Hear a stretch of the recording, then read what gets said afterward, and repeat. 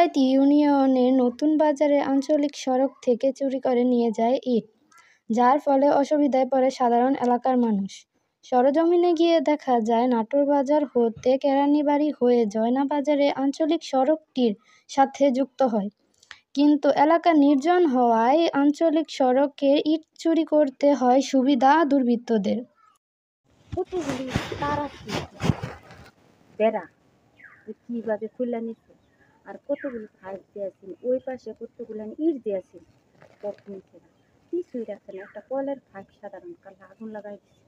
হাইরে দিনে কোন কলার পাইপ? কিন্তু ভিতরে কল যে সাপ কল থাকে করে এটা লোয়া আছে না, ওইটা লোয়াটা তুললে নিবার লেগে মাইটাটা পুরান করতেছে। সকালে যে দেখলাম কে লেগে পাতা আনবে নাকি আমার গাড়ির মাঝখানটা পুরাচ্ছে। এই যে এটা দুনিয়ার এগুলো কে করছে? বাইরে এটা কইতারাম কই ও অন্তর দাম তার জীবন তো তার কথা কই আমরা রাইতে দিন হইলো আসলে হরি কাম হরি সাম হরি আর তার নয়টার পরে বুঝতে পারলে তো